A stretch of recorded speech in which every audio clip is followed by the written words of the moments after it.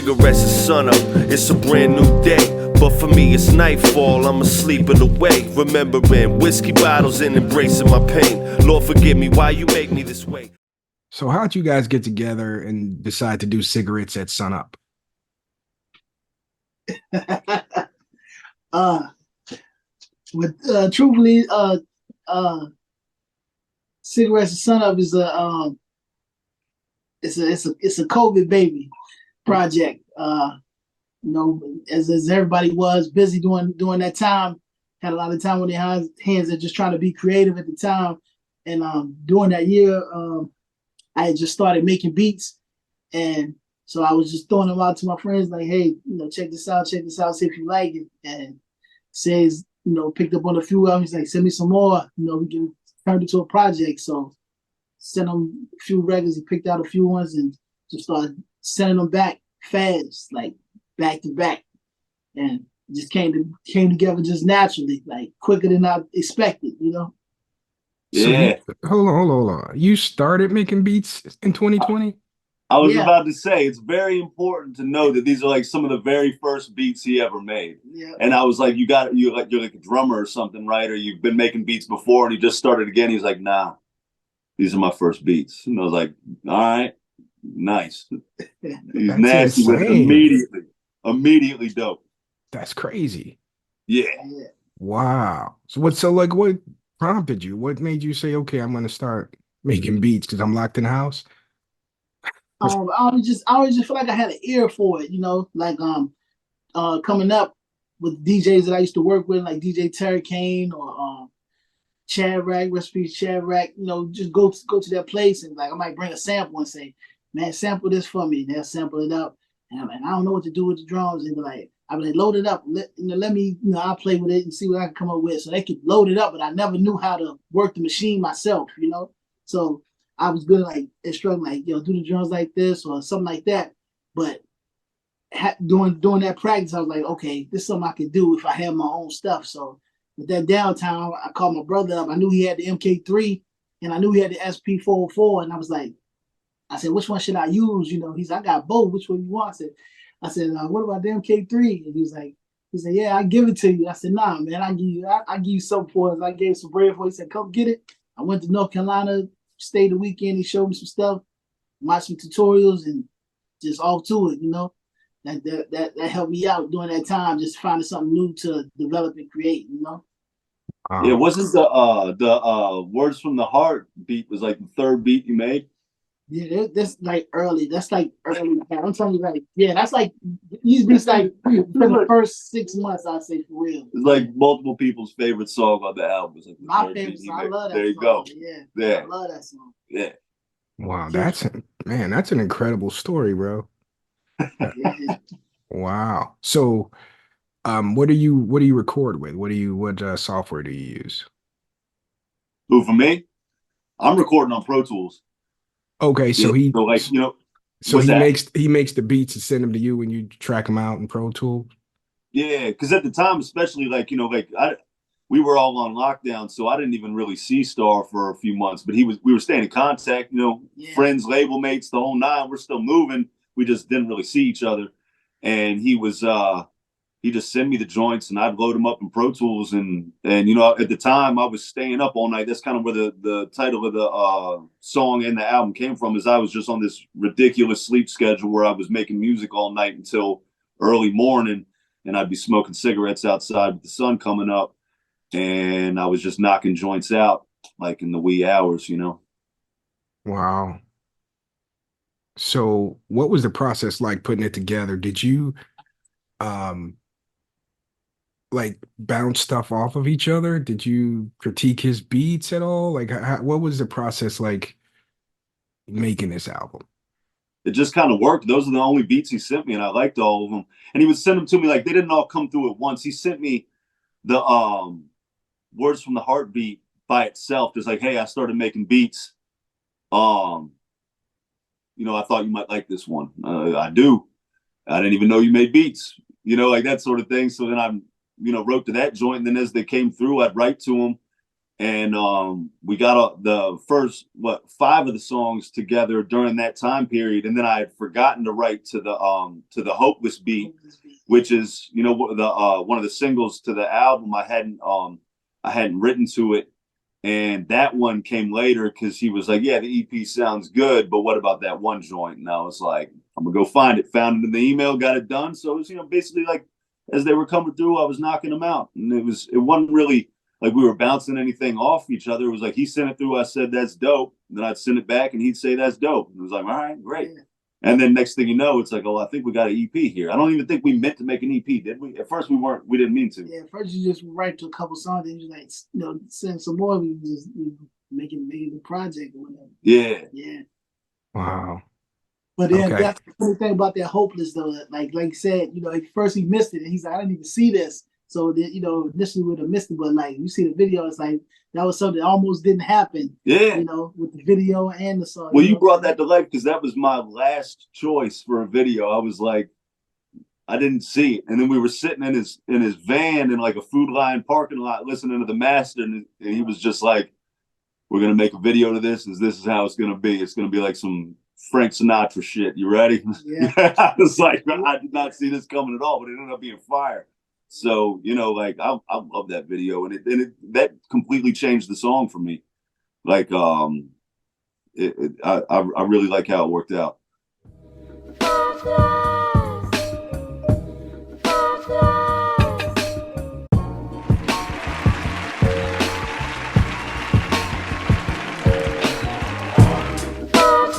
I used to be so hopeless. Hey yo, yeah.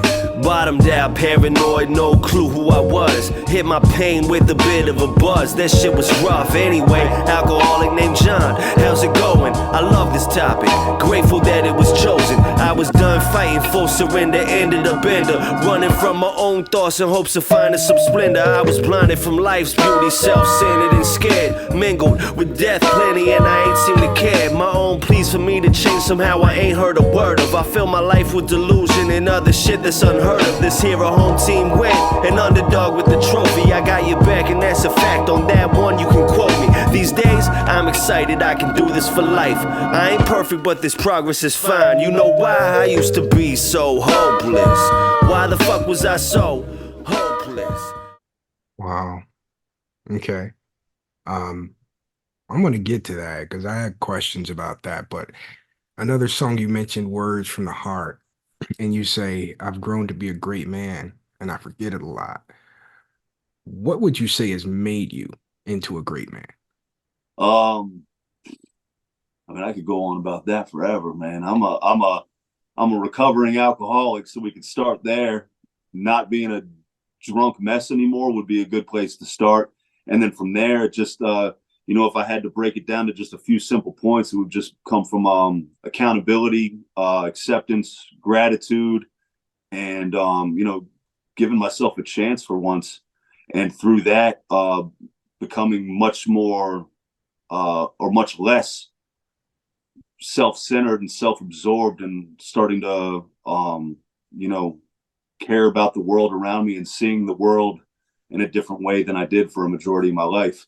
And from there, you know, my life changed from something that was a complete wreck and extremely negative to something beautiful. And I really do believe that carrying myself that way and carrying that message has a hell of a ripple effect in a good way. Same way being a drunk has a ripple effect in a bad way. So I think being a great man, as I'm mentioning in that part of that song, has nothing to do with being perfect. It has to do with accepting the fact that I'm not, treating people with grace, believing in people, thinking I can accomplish anything I want to do, and feeling the same way about others. You know, just like a certain spark about like my presence matters now, and I have a positive effect on the things around me, which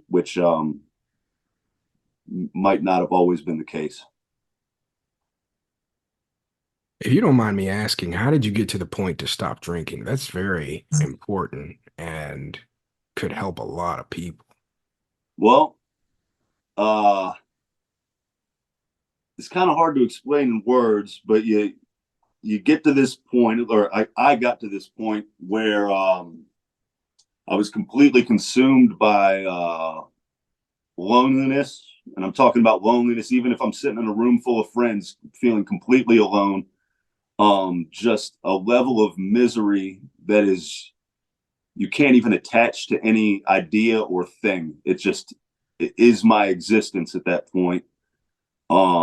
Just levels of pain and just, I mean, it's brutal. You know, it's like after years and years of drinking, and it kind of, and I was always an alcoholic, but like at least it was like manageable to some extent. Those last few years, my God. And I just didn't know what was happening to me, and my life completely fell apart. And what made me really change was just finally accepting the fact that things were completely wrong, for lack of a better way of saying it. It was just a complete mess. And I had to finally, I was talking about it last night with somebody. I had no problem accepting the fact that I was an alcoholic. I'd known I was an alcoholic for a long time. Accepting the fact that I was powerless over alcohol, though, was a completely different game. And I just got tired of being sick and all the nonsense that comes with it. And like I spent my whole life trying to make sure no one could point a finger at me and call me out for my bullshit. And what I didn't realize was at the end, it was just going to be me versus me. And I hated that I knew everything about myself. And I hated that even if other people didn't know how shitty I could be, that I knew, because it didn't matter. I knew. And that feeling is, when it came to like how bad it got, I mean, it's just unbearable. And I realized it was time to make a change or continue out the rest of my life being a mess. And I didn't want to do that. I had too much going on that I cared about, that I could I always cared about making music. I couldn't make music anymore. I always cared about being a good friend. I wasn't a good friend anymore. Stuff like that. And it just started strangely popping into my brain, and I didn't feel like ignoring it that time, I guess. I don't know. It's really, really hard to explain. I hope some of that made some sort of sense. It sounds like bottoming out, like, like hitting the bottom. Oh And yeah, just, rock bottom. yeah, just Straight like, up. I can't do it anymore. Yeah, I Yeah. understand. But it's like 30 minutes before that, I would have been like, we're good. It was just that, it's like I got hit with that opportunity at that moment, and for once in my life made the right call. And it's like weird to me. Sometimes I think about that. If I had brushed that one off at that moment, I could still be here right now, a complete mess. We wouldn't even be doing this interview. I'd be doing God knows what. I don't know. It would have only gotten worse. And I'm very grateful that for whatever reason, at that moment, I decided to bet on myself and make a change. It's beautiful, man. It's so dope. I want to go into the production of that song, Star, because the snare on that song is crazy, and the sample is unique. No snitching. What genre did you find that sample from? Talking about Words from the Heart, right? Yes. Yeah. That's like old, like 80s R&B. Oh, Yeah. okay. Okay. Yeah. Like, back in those times, they started a lot of stuff with like a lot of those ballads with like a different intro, and then it changed into something else. But that's usually where the gem is. This is like the first 30 seconds of an album. Like when I skim through music to find samples, I might pull up one person's catalog and just skim through, start at the beginning. I'm not a record guy because I like to do it quickly. So I get, I'm on stream. I might be on streaming, pull up their first album, and I'll comb through their whole catalog, and then I'll just, put stuff in save it in the playlist like a loop crate, and then just pull from there when I need to create something. Okay. Yeah. Okay, back to the song Hopeless. Johnny, you have a line where you say no longer sweating questions about how many breaths I got left. That one hit me. How were you able to focus on the now and not worry about your time on Earth as much? I I don't have time to worry about dying because I'm too busy living, as corny as that sounds. But that ties right back into the alcoholism and recovery. It's just like I spent my whole life worrying about death, worrying about all these things that are out of my control. Got better at not trying to control everything because I have no control over pretty much anything. So that was the first step of that. And then once I started controlling what I could, you know, everything about my life got better. We're talking about music. So music is part of that. It just started getting better. And I started having cool things happen in my life more and more and more to the point where now it's like, you know, multiple times a day, I just got cool stuff going on. And I don't really have time to sit around and worry about if I'm going to die. I'm going to die eventually, maybe right after this interview, maybe during the interview, or maybe 50 years from now. We're not totally sure. But there's nothing I can really do about that. What I can do is make sure that I'm trying to enjoy myself while I'm here. And once I really started believing in that more and more, I realized that after like a lifetime of worrying about stuff like that, I just didn't really care anymore. Now, obviously, I don't want to die, but like I got shit going on. You know, like I'm enjoying myself. God damn it, you know, like I don't know. I just don't feel like it's necessary anymore. But it was very necessary when I was stuck in my own mind, my own nonsense. You know, it was very necessary to worry about that because I knew that I was wasting my life. So yeah, worry about dying if you're just wasting away. That makes sense. But I'm not wasting away right now, so I'm not too worried about dying. Wow. Okay. On the title track, you mentioned how sharing your struggles has helped others. How does it make you feel when people tell you that your music or your words have encouraged them? Makes me feel good. It's nice to actually have something worth saying. You know, like it means a lot because, you know, once again, like, you know, when I bottomed out, I was lost and other people's words helped me. If it wasn't for those people's words and them taking the time to share those words with me, you know, things might have not been the same. And I really believe that because it was done for me, it's my moral obligation to do the same for people like me. And that's not just an alcoholic thing. That's just a existence thing. You know, a lot of people deal with all sorts of different types of struggles. And I've just realized that if I'm honest about what my life is actually like, good and bad, you know, cry on a track, be a tough guy on the next one, just because that's how I'm feeling. It don't matter. It don't always have to be so deep. It can be very helpful. You know what I mean? And it's helpful for me when I see other people do it. I like when that happens. So I was like, oh, I think I want to be a part of that too. Why not? You can definitely see it too in that record, you know, in the video comments and the interaction that people have been hitting them up about the record, that record touched a lot of people. Like it's like, you know, it's not the first time that he's been, wrong like this on records. Like you got records like the Truth joint on the Paradise album, front to back is that. Yeah. Like even the cover just tells you that, but it's just I don't know.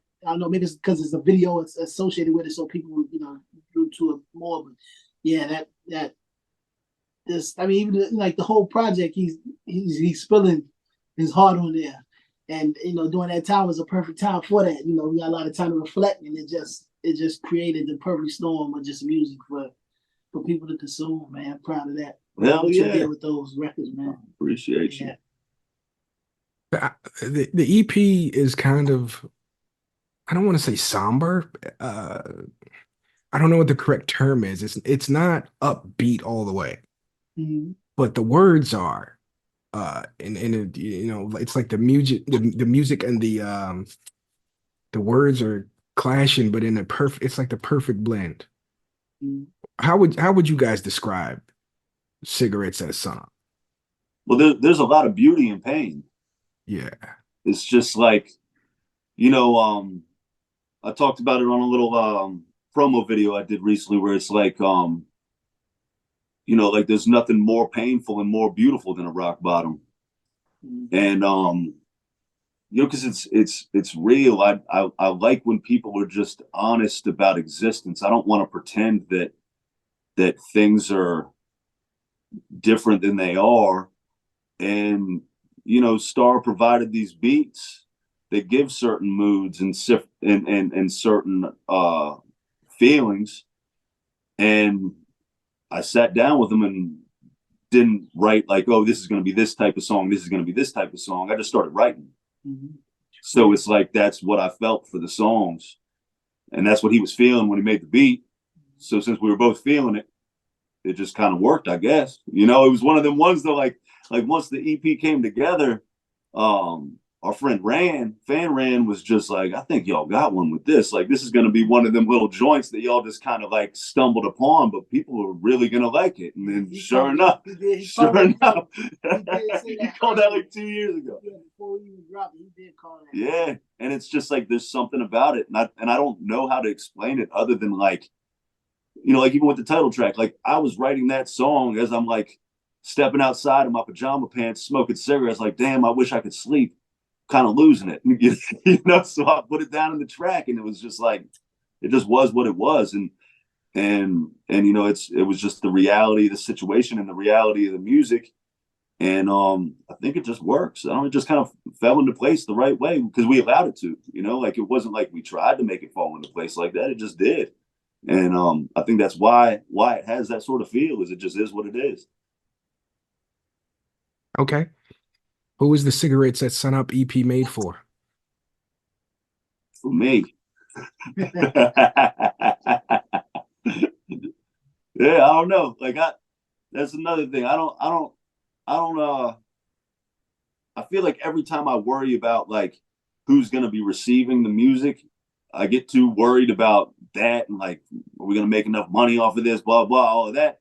And it takes away from the creative process. And these days I really, as corny and cliche as it sounds, I like really truly do like making music. For me, I like that album. I've been listening to that album in my car for 3 years and I still like it, you know what I mean? And now everybody else has access to it, and that's great, and I'm really loving that they like it. But that's like secondary to the fact that like I really like that project. Starr really likes that project, he told me, you know what I'm saying? So it's just like, that's why I make my music for me first and foremost, because I feel like doing it any other way takes away from like the more let's say spiritual side of the process, you know. And you know, it's been good to hear, like Rick Rubin's been doing a bunch of interviews about this recently, and I've been liking hearing it from him too, because I'm like, okay, I'm not crazy, you know. If Rick Rubin's saying it, I must be on to something. But I really do believe that is just like, I want to make music that I like first and foremost, and when I put it out, I hope everybody else does too. And obviously, I hope I sell some CDs. Obviously, I hope people buy some T-shirts because of it. All of that. I'm not saying that I don't want anything else out of it, but first and foremost, it has to be for me. Like, if Starr sent over some beats I didn't like, I wouldn't have rapped on them. You know, that would have been where it first started. I'd been like, send me some other shit. But that's not how it went down. He just sent over joints I liked. We made it happen. Yeah, it all starts with a feeling. You know, the main thing about, you know, creative music, a lot of people miss the mark on is like you say, trying to appease certain crowds or paint yourself as somebody that you're really not. But when you show up as yourself, there's a book called Tribes, and they talk about that, you know, like, you show up as yourself, that's when you find your people. Like, you know, you can't say somebody else's story and expect somebody to be attracted to you. That's not your story. So when you share your story, like I got a line in the song, I was like, tell your story, no album will sound the same. Took me 20 years to learn that. But hey, it's like, you know, if I tell my story, somebody's gonna identify with that. Even if you're just at a restaurant or at a bar, talk to somebody, you tell them something, oh yeah, that happened to me, and you sharing these things, and you can identify on the low points, the high points, but people really connect on the pain, like you say, the pain and the trials in life. That's what we really connect with people. So when you share things like that, I fell here, but I bounce back here, you know, things like that, they can identify with both of those, triumph and your trials. So it's important to share when you win and when you lose in your music, because it makes you human, you know? Yeah, I mean, it's a lot of it is just like kind of conversational with myself. And another thing I've realized is like, you know, I spent a lot of time thinking like the craziness going on in my head was exclusive to me. And it turns out it's not, you know what I mean? And it's like, so when you're honest about things like that, like, it's a relief to other people to know that they don't have to hide that shit. Exactly. And that's one of the things that I learned the hard way, is hiding my thoughts and feelings for years and years turned me into somebody I wasn't. And that led me to that rock bottom we were talking about a few minutes ago. I'm not trying to do that again. So it's like, and also there's no, like, you know, there's so much effort that goes into like trying to portray yourself as something else. Like, I don't have to really put in any effort into like branding myself, because I'm just doing my shit. I'm a recovering alcoholic rapper. You pick up on that pretty quick listening to my music, you know, and that takes away, like, it becomes pretty effortless to put myself out there. Now, hopefully, once again, hopefully the following grows and grows and I learn better strategies and ways to do it. I'm not saying that. But as far as like having to put myself together as a character, that's just not even part of it. I don't have to do anything like that. And it's like, you know, one of the things I've been talking to a lot of guys about recently is like, you know, it's really hard to stand out when you spend all your time trying to fit in. So like what Starr was just talking about, if you're trying to tell somebody else's story because you think it's what people want to hear, you're just kind of falling in. You're guaranteed at best second place at that point, because you're not going to do the other guy's story as good as him. Yeah. So what are you doing that for? That doesn't help anything either. So I don't know. Yeah, you want the music to be consumed by, you know, as many people as possible, but truth be told, your stuff can't be for everybody, you know. Like I was reading about something in this marketing book, right? It's talking about Marlboro cigarettes and how like they have this niche. Like when you think about Marlboro, you think about a cowboy with a rope and he's smoking a cigarette, whatever. You don't see Marlboro trying to, you know, do a commercial when it's like somebody in a tuxedo and they, you know, sitting by a piano. They don't do that. Yeah. They make this stuff for who they make it for. And that's just, you know, not to say that they went directly for that crowd, but they identify who they connect with and they stick with that. Yeah. And that's just a good way to put it. Like, you know, you should know your crowd. And if not, you know, the more you find yourself, you will find those people, you know? Absolutely. Absolutely. All right. Johnny Ciggs Starr Nyce. Thank you for joining therealhiphop.com. Hell yeah. Thanks for having us. Appreciate you. No doubt. Hell Peace. Yeah. It was good talking to you. Good talking to you. Thank you. Yeah. Thank you. Do it for the drunks that's still out drinking, for my dogs, for my family and the beautiful women, for the late bloomer types trying to figure out life. I've been there, my friend, it's gonna be alright. I do it for the fans, the couple I got, for a couple extra bucks I'll rock a show with your spot.